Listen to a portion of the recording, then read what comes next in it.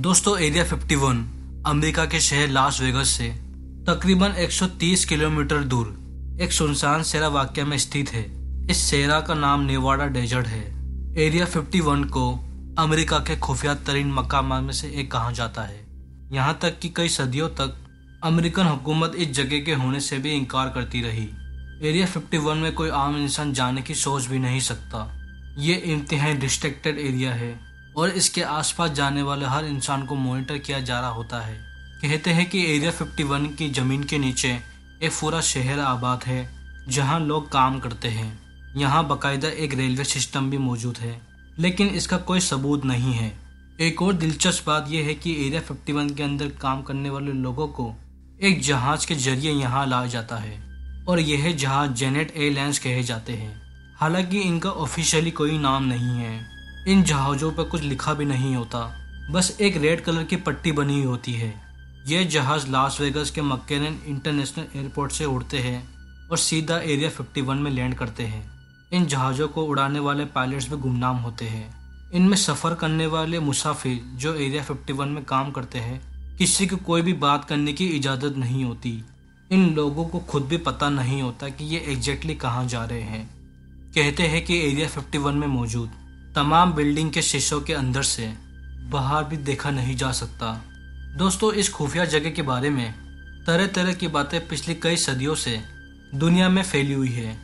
जैसे कि इंसान कभी चांद पर गया ही नहीं था और चांद की वो पहली फुटेज जो हमें देखने को मिलती है एरिया 51 के अंदर ही फिल्माई गई थी। एक थ्योरी ये भी है कि यहाँ अमेरिकन हुकूमत टाइम मशीन बनाने पे काम कर रही है। खैर, जितने मुँह उतनी बातें। खैर, इससे भी बड़ी थ्योरी ये मशहूर है कि एरिया 51 में एलियंस को रखा जाता है।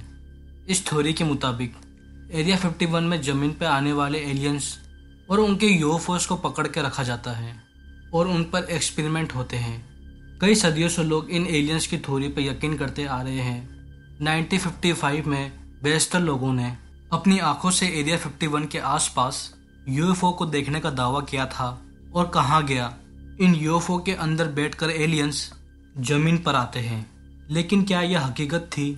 दोस्तों, 2013 से पहले अमेरिकन हुकूमत ने ऑफिशियली कभी भी एरिया 51 के होने का दावा ही नहीं किया था। इस एरिया की सैटेलाइट इमेजेस भी अमेरिकन हुकूमत के डाटाबेस से डिलीट कर दिया जाता था। लेकिन यह बात अब कंफर्म है कि अमेरिका की एक मिलिट्री बेस है और ये CIA और अमेरिका का एक टेस्टिंग एरिया है। इसको 1951 में खुफिया हथियार और खुफिया एयरक्राफ्ट को बनाने टेस्ट करने के लिए तामीर किया गया था। जैसा कि 1955 में एरिया 51 में अमेरिकन एयरफोर्स ने एक खुफिया जहाज को बनाने का काम शुरू किया था। यह जहाज U-2 एयरक्राफ्ट था। उस समय एक आम जहाज 10,000 फीट से 20,000 फीट तक उड़ा करता था और एक जंगी जहाज 40 फीट की ऊंचाई से उड़ता था। लेकिन U-2 एयरक्राफ्ट की खासियत यह थी यह 60,000 तक की बुलंदी तक उड़ाया जा सकता था। अमेरिकन एयरफोर्स के मुताबिक 1955 में जो लोग यूएफओ को देखने का दावा कर रहे थे बल्कि वही U-2 एयरक्राफ्ट्स थे। लेकिन इसके मुतालिक लोगों को एरिया 51 के बारे में कुछ नहीं पता। आजकल यहाँ क्या हो रहा है यह भी कोई नहीं जानता। एरिया 51 की मौजूदगी का अमेरिकन हुकूमत इनकार क्यों करती रही यह भी एक अजीब बात है।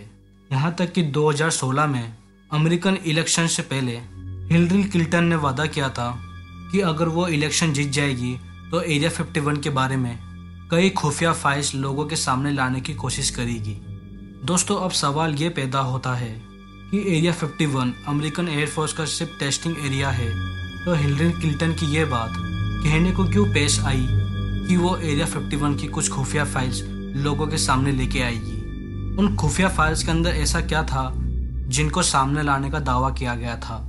लेकिन हिलरी क्लिंटन वो इलेक्शन हार गई और ये एक मिस्ट्री ही रह गई। इसी वजह से आज भी कई कॉन्स्पिरेसी थ्योरीज एरिया 51 के मुतालिक मशहूर है। ज़्यादातर लोग आज भी यही समझते हैं कि यहाँ एलियंस और यूएफओ को पकड़ कर रखा जाता है। यह भी हो सकता है कि यहाँ पे कुछ ऐसे हथियार और एयरक्राफ्ट रखे जा रहे हो जो अमेरिका इस वक्त लोगों के सामने लाना नहीं चाहता हो। बहरहाल, एरिया 51 आज भी एक मिस्ट्री है और शायद दुनिया का सबसे खुफिया इलाका है। वीडियो पसंद आई हो तो वीडियो को लाइक करना मत भूलिएगा और ऐसे ही इंटरेस्टिंग वीडियो देखने के लिए इस चैनल को सब्सक्राइब कर लीजिए। Thank you for watching.